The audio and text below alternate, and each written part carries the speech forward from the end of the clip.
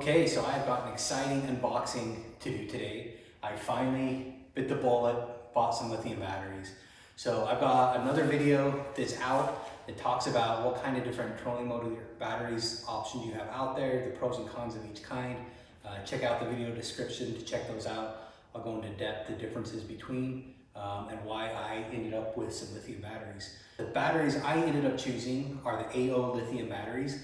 In the previous video that I go over the different types of batteries, I go into a bunch of detail on why. But specifically for AoLithium, a couple of the reasons that I decided to go with that brand is one, it has a built-in monitor. It's got a Bluetooth app, so I can monitor the level of my batteries. One of the pros about lithium batteries is you're gonna get full voltage for 90% of that runtime. It doesn't drop off like a normal battery. So it's super critical to be able to monitor the batteries. I have an Ulterra trolling motor that auto deploys. So if my batteries get too low, which I have had happen before, that thing will not retract and it causes all sorts of problems if that happens. That's really the only issue I've ever had with that trolling motor is if my batteries get too low. So with lithium batteries, it's gonna stay that constant high voltage until it drops at the very end. So I wanted to make sure I got batteries that had a built-in monitor so I could watch and monitor my battery life left so I don't let it get too low before the end of the day. So that's one of the reasons I went with this brand. Another thing is they did have some really good reviews from other YouTube videos and on Amazon. So I'm excited to try them out, see how they work. I'll have links to these batteries in the video description where you can get them. And if you do decide to purchase these batteries and go through those links, we do get a little bit to help the channel. So appreciate the support there with that. So as you can see, just barely got them. I've got a 36 volt system, so it's 3 batteries that will be connected together to create that 36 volt system. So I'm gonna just open them up and we'll see what they look like.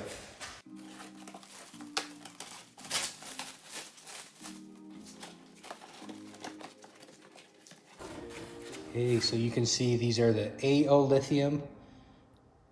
They're the 12 volt, 100 amp hour batteries.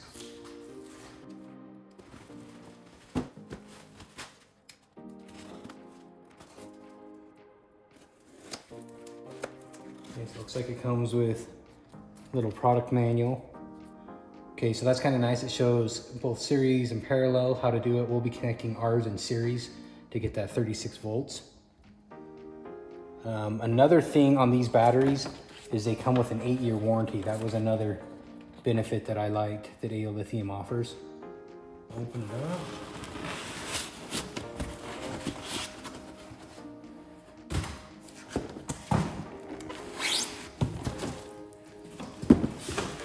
Okay, here is the actual battery itself. Okay, so one of the advantages of these batteries is they're fairly light. This is only about 25 pounds versus my existing batteries are pushing 60 to 70 pounds per battery. So there's a great weight savings going with lithium. So what I'm gonna do first, I'm gonna unbox the other ones, and then I've read up a lot, and one of the recommendations when you're connecting them in a 36 volt system is to individually charge all the batteries to get them to the same level. And then once that's done, then I will connect them all together in the 36 volt system. So I'll unbox these, we'll get up on the boat, I'll show you what I'm replacing, go from there. Here is my battery compartment inside the front of my boat. You can see my Minn Kota sits right here. And then I've got 3 Group 31 Duracells AGM batteries, which honestly are still really good batteries. This set, unfortunately, I used them a little too hard and I only got about a year out of them. I've also got a Noco Genius, and that's an onboard charger. I just got this a few weeks ago and I really, really like it. I'm gonna do another video on that, watch for that. I'll put the link in the description when it's out. But it does normal lead acid batteries along with lithium batteries. And the one thing that I really like is it has a repair mode. So for these batteries that I had, they were basically dead. I wasn't getting anything out of them. I was able to run them through the repair cycle, and I'm at probably about 50% life of what they were new. So they're still usable for a few hours, but the life's definitely shot on them. So it's time to do something else to get some longer runtime. Before I hook that up to the charger, I'm gonna check with the Bluetooth app to see what my battery levels are. It's actually pretty cool. I've just opened up this app and you can see they just showed up automatically basically. So I have never done this yet. Just gonna refresh, click that. Looks like it's gonna connect to it. I can see, okay, this one came at a 28% state of charge. The voltage is still 13.11, which is it's a good battery voltage level for a 36-volt system. So that's a good example where at 28% you're still going to be really close to your 36 volts, which is great. See, it hasn't cycled at all. So okay, that one looks good. We're going to go back and search the next one. That one's got a 27% state of charge.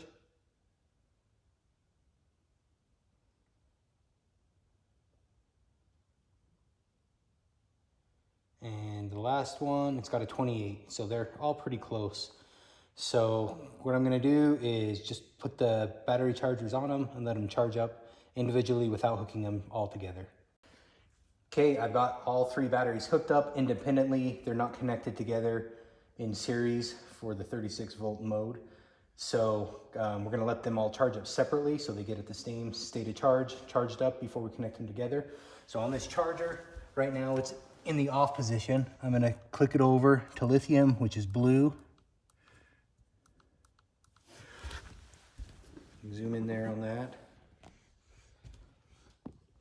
And you see they're just showing 1 bar, so they're low right now. At the same time, I'm going to open my app here and let's see what it shows. So open that first one. Looks like the charge switch is open.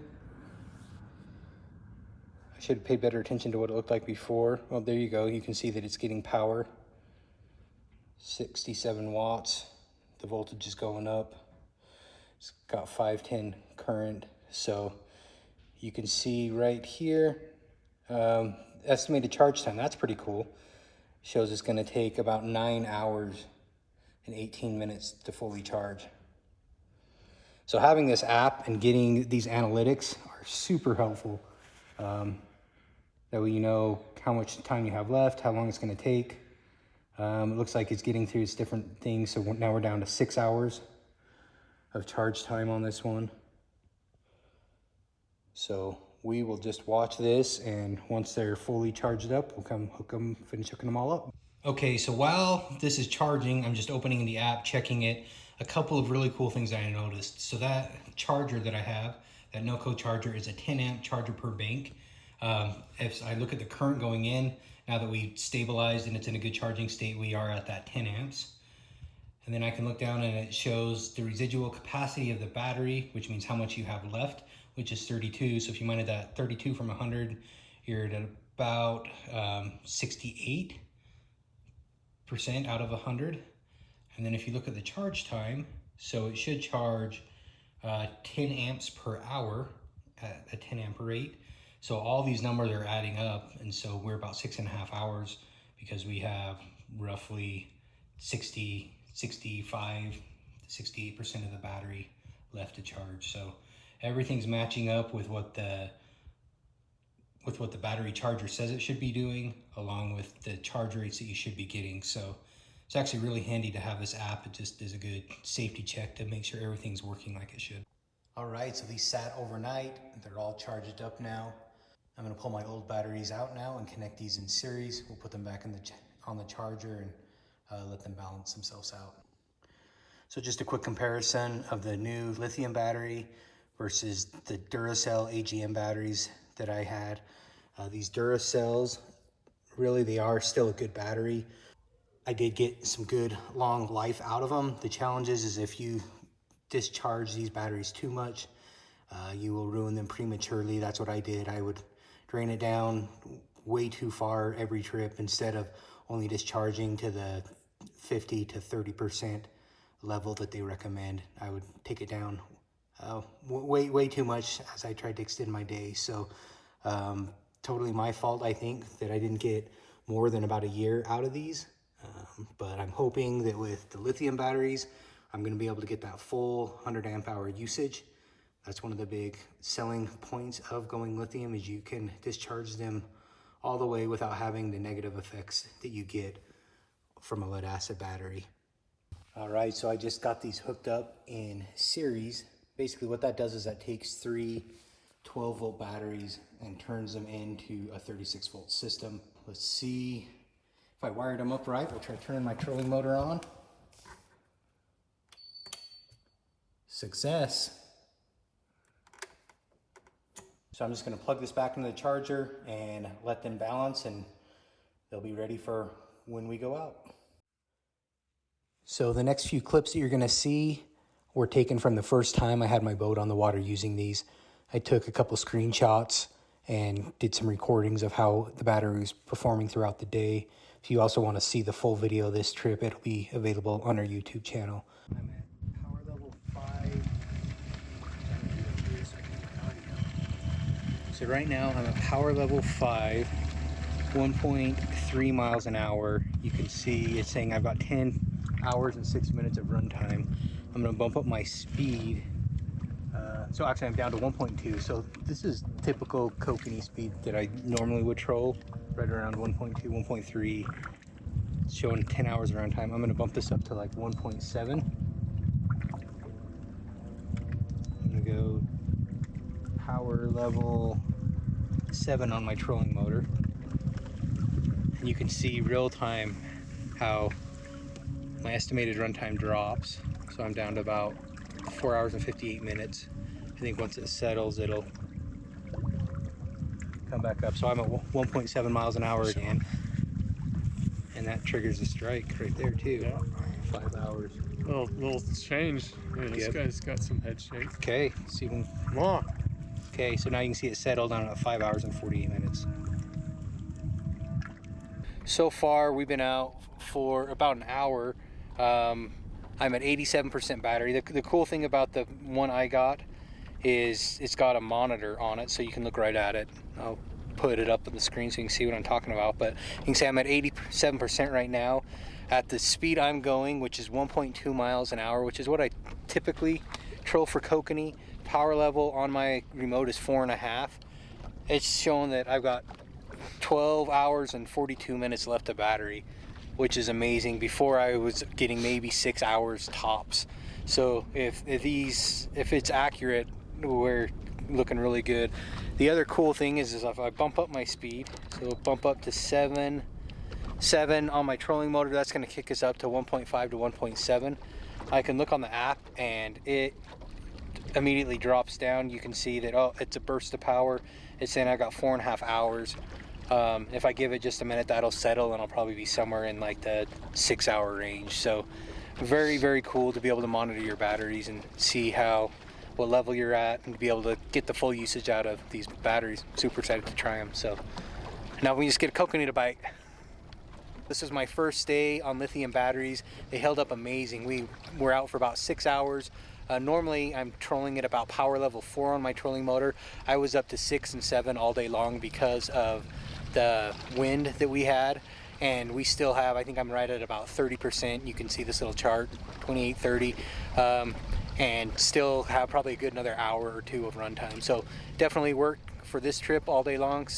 One of the things that's really nice is just to be able to look in the app and see how I'm doing real time. So that data is invaluable. The next set of screenshots summarizes how the battery handled our first day out.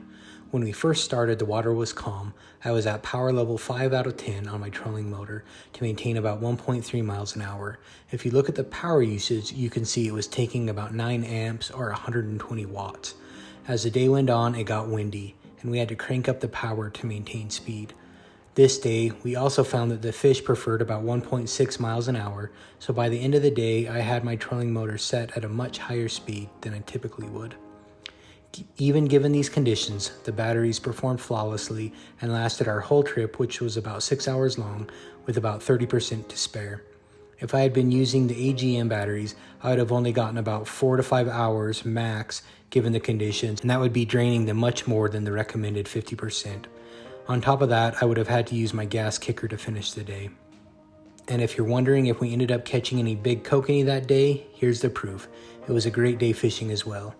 Watch for the video of this trip on our YouTube channel. I'll also link to it in the description when it's available. Last, once I got back home, I plugged things in, and as you can see, it shows exactly how long it's going to take to charge back up.